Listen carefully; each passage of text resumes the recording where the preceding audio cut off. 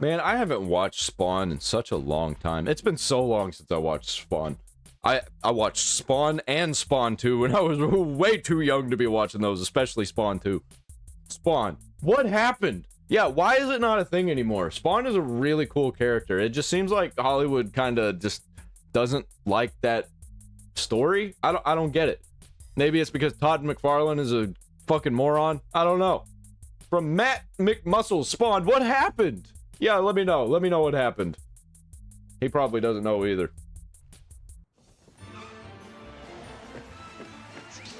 I saw Randy Pitchford. Oh. That was a cool intro. I like that a lot. Hello and welcome to another chain rattling and gas blasting episode of What Happened, the YouTube-style pop culture media show that goes to hell and back to unearth the craziest development stories of the entertainment industry. And why does this guy sound like Oxhorn? while we wait for the next cinematic appearance of good old Al Simmons, which at this rate might be by the time our grandchildren are old enough to see it, I think the franchise is probably dead. we delve into the first attempt to turn what was... And I bet it was because of the video game, because it was absolutely garbage. At one point, the hottest comic property in the world into a major motion picture. I used to have a lot of toys and a lot of comics because my stepdad was super into Venom and Spawn. See, in the early 90s, fledgling comic book company Image was all the rage, with Spawn, Savage Dragon, and yes, even X-Force, I mean Youngblood, flying off the shelves. But many of these properties didn't translate to other mediums over all that well when compared to the likes of, say, Batman or the X-Men. But yeah, and that's really what they were chasing, was those big, successful properties, and that's where they went wrong, because they needed to get the small titles out there too. You can't deny the guilty pleasure of the Wildcats theme song. Yeah, I have Wildcats. You got invincible powers. Anyway, with all that said, since we're now torso deep into October, I think it's about time to Spawn really had that Dark City vibe. I don't know if you've ever seen Dark City. Answer the question, what happened to 1997's Spawn? You got that? I want to be the fat little man looking. It probably failed back then and became a cult classic. That's what I'm guessing. Because I didn't watch it, but I was way too young. Like, I would think I was literally 2 years old whenever that movie came out. But I watched it, I don't know, it was probably like 8, 9. Yeah. Creator of Netcrid, Todd McFarlane, knew he had to capitalize on the popularity of another one of his creations, that being the hellbound hero that is Spawn, a lover of Wanda's... Oh, I remember something about Spawn. Didn't, like, they lose the rights? He sold the rights to one of the characters? And former CIA operative turned undead warrior who used his mystical powers and sometimes lots of guns to dispense vicious justice to anyone who pissed him off. To get Spawn over with the mainstream audience, Todd pulled out all the stops, splintering off the property into a hyper-detailed action figure line, various video game projects. Now, oh boy.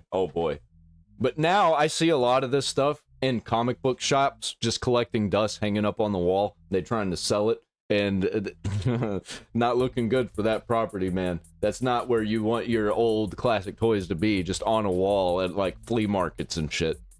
And an envelope-pushing animated TV show. But the crown jewel, of course, was for Spawn to explode onto the silver screen.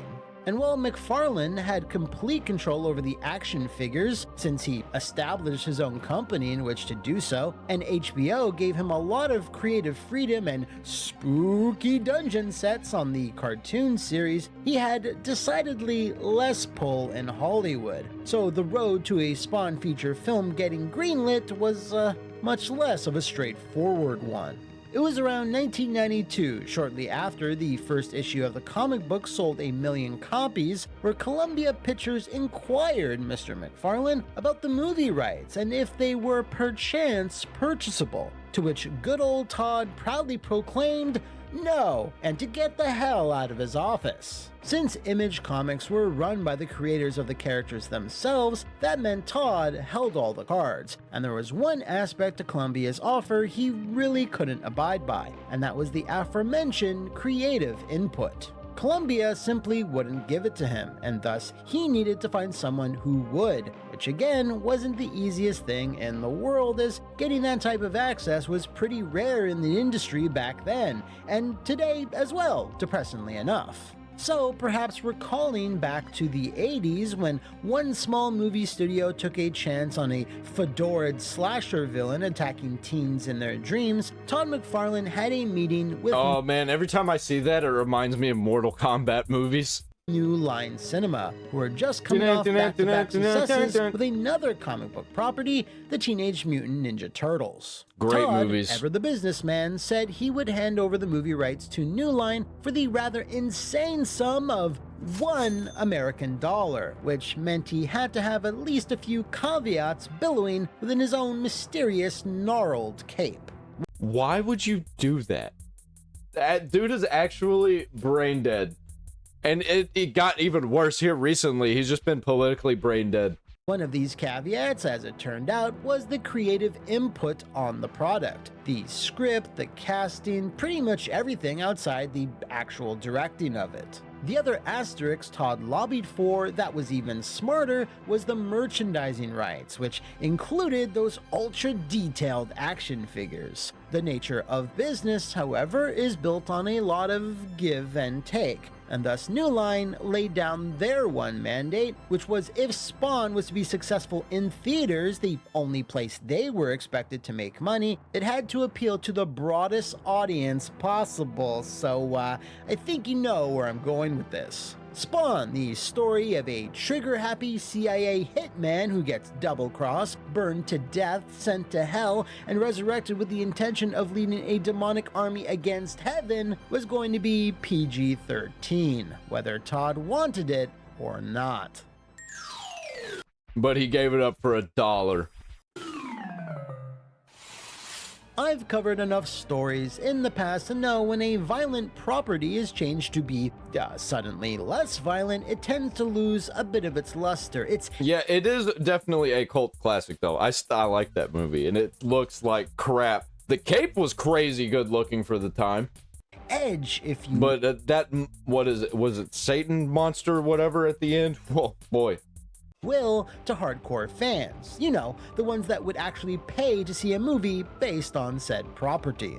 In Spawn's case, the original comic book was more or less PG-13 as well. The naughtiest swear words were censored, nudity mostly non-existent, and blood and/or guts were implied rather than outright shown, although Todd found some creative ways around this. Movie making, however, is an entirely different beast, as the MPAA were getting increasingly strict ever since the late 80s and well into the 90s, as just one errant blood spray or innocent swear word would often slap a film with an R rating faster than you could blink. However, I guess since Todd had experience depicting violent scenes under restrictions before, and of course got everything else he wanted in the deal, I'm sure he figured it wouldn't be that big of an issue. To ensure a relatively consistent level of quality between all the in-development Spawn products, Alan McElroy, who was working on the scripts for the animated series, was also tasked with the motion picture, which I think we need Spawn to have a comeback, honestly. You know, made sense considering how well received the mature-rated HBO show had turned out to be. However, Mr. McElroy has had a spotty writing history before and after Spawn, as he was responsible for Halloween 4, Rapid Fire, the Sega CD FMV game Ground Zero Texas, and finally Ballistic X vs. Sever, which I've never heard of that one. Which is painfully on brand for this show. Obviously, though, a writer is only one piece of the puzzle when it comes to box office bombs, and really, it took for a variety of pieces all working together to earn Spawn its less than sterling reputation. Regardless, with the deal set, a writer working on the script, and a tentative $20 million budget allocated for principal photography, special effects would be the next thing that had to be worked out. Back then, dude. That's like today's budgets with the $300 million, and then completely flops. As it would play a massive part in the project, and it's also here where a series of coincidental connections will result in the last of Hell's soldiers falling into place. Industrial Light and Magic were chosen to helm the effects of Spawn, and they were on quite the hot streak in the early 90s. Terminator 2, Jurassic Park, Yeah. Twister, and 1994's The Mask being of particular note here. Todd was having a discussion with Clint Goldman, who had been the FX producer on The Mask, and after hearing everything they were planning and realizing just how complicated the many effects, creatures, and sequences were going to be, it spurred Goldman to swing for the fences and to raise his own Hollywood standing in the process. Since he and fellow ILM employee Mark DePay had a ton of experience with CGI, he asked Todd if he could step in as another producer, with Mark sitting in the director's chair, which would give the project a solid technology-heavy edge. Todd was enthusiastic about this, and so they were added to the... I think that's probably why I liked it so much, is because it really did have like a technological edge, even though the graphics look like a PS1 game at the end. kitchen, which is... It's like they spent all of the money and ran out at the end of it. They ran out filling whenever they were trying to depict Satan or with Lucifer chefs. or whatever And it what's was. more, and maybe a bit more important, The devil. Mark DePay had never directed a live-action film before, with Oh, only not a one good music sign. video as his sole directing credit. So you see what I mean now before about how multiple pieces needed to come together to equal a flop? Well, here you have a PG-13 restriction, an ambitious script, multiple producers, a tight budget, and an inexperienced director on top of it. So it's no wonder we're talking about it all now. Mark DePay would later comment on the speed on how the whole deal had come together in the Spawn DVD audio group commentary. It was an insane first movie for us to make. Here we are, first-time filmmakers, and we're given $40 million. It was stupid. It's Yep, very stupid. embarrassing. Like, what the fuck? Hollywood has just always been retarded, dude. Fortunately, the casting process went a good deal better. Martial artist Michael Jai White was immediately drawn to the character and brought a sense of physicality and intensity to the role of Al Simmons, while John Leguizamo, despite being hampered by an 8-hour makeup process, I didn't realize that's who that was. It makes so much sense now. Holy shit. All this time, I had no idea. in a 40-pound suit, was a natural at getting across clown/violators disturbing and sometimes I love this character in Land of the Dead, another terrible movie that I love. irritating demeanor.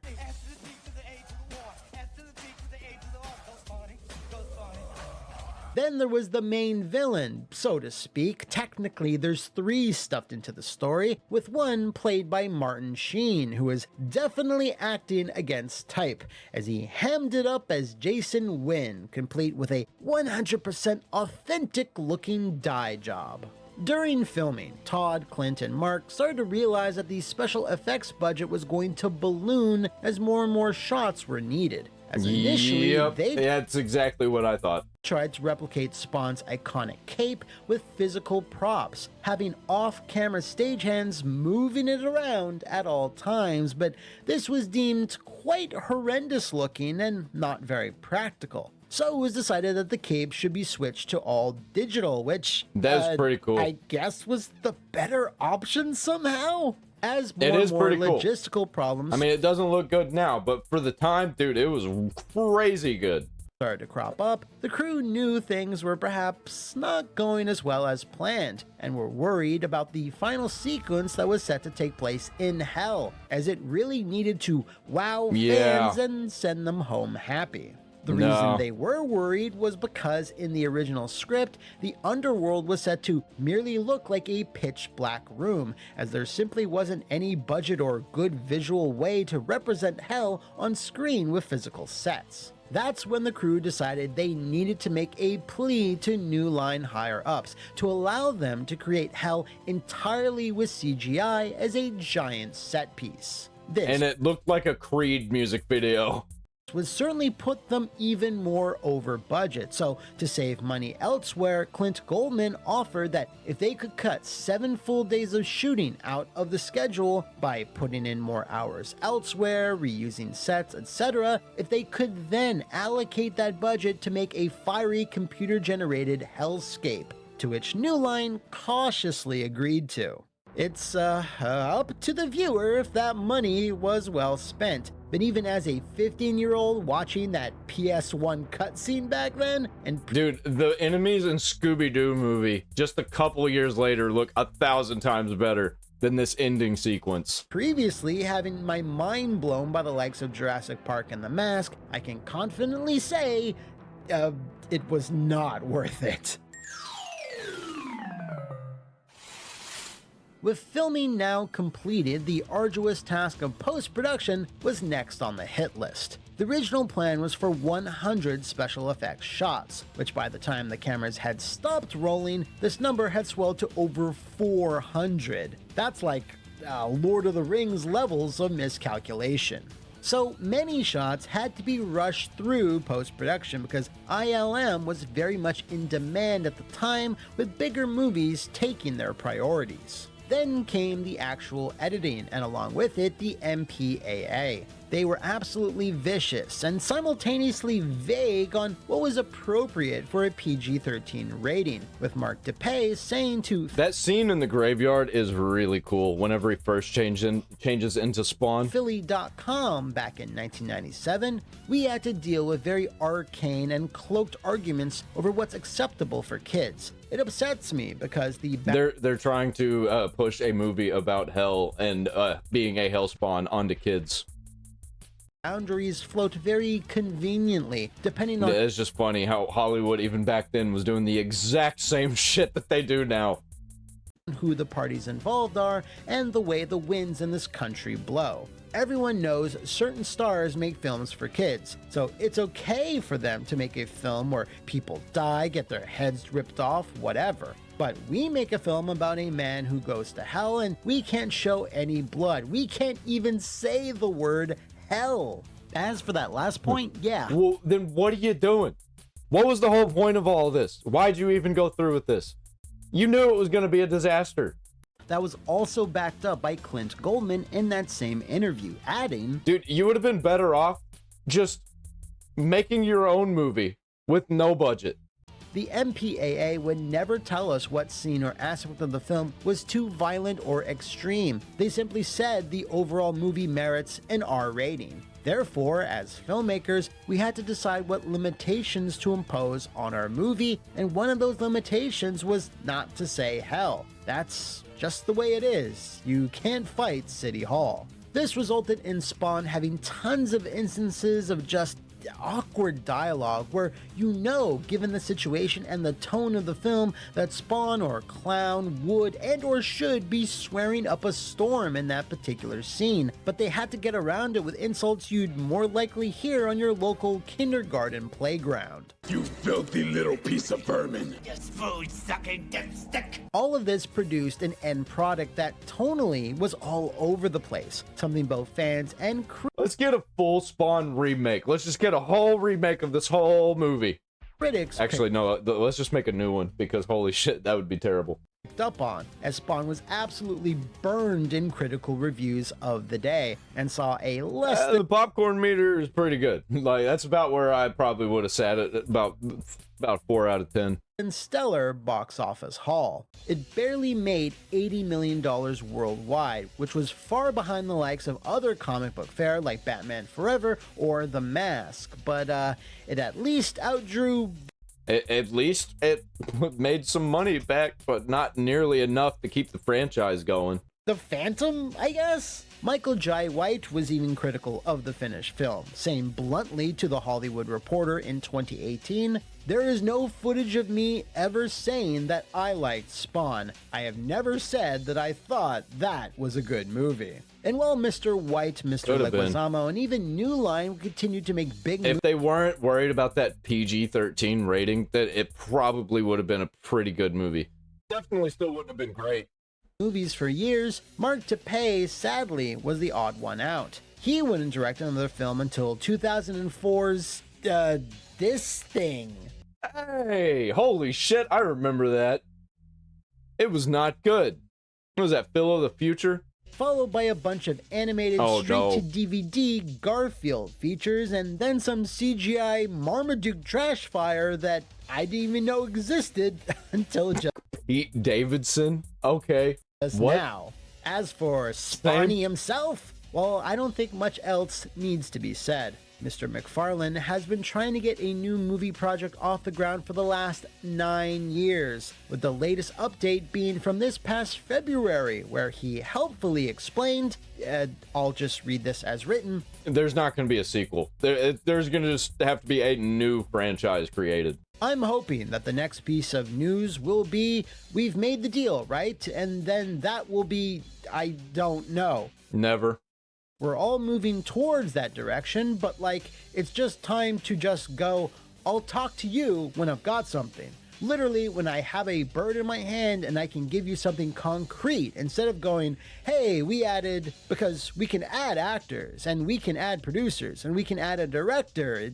It doesn't get us to the sale and into production. Thanks for the update, Todd. Just make the fucking movie. Just do it. Raise the money, make the movie. They're just bullshitting you to get headlines, to get clicks. So if you're aware of any other hellish development life cycles in the video game or movie industries, if Yeah, you this or ain't you know happening. anyone that worked on Spawn the Eternal, please identify Ugh. yourself. Let me know in the comments below or enter the dark alleyways of my social media. I love Matt McMuscles. Matt McMuscles is a cool guy. I think I've reacted to 1 or 2 of his videos before on this channel. If not, then it was on my last reaction channel that I made that I just completely nuked and turned into a music channel. Excellent video. I love Spawn. I love that original Spawn movie, even though it's terrible. It's so bad. Definite 4 out of 10, but that's okay. How did you feel about it? Let me know down there in the comments. How do you feel about it now? Is it a cult classic?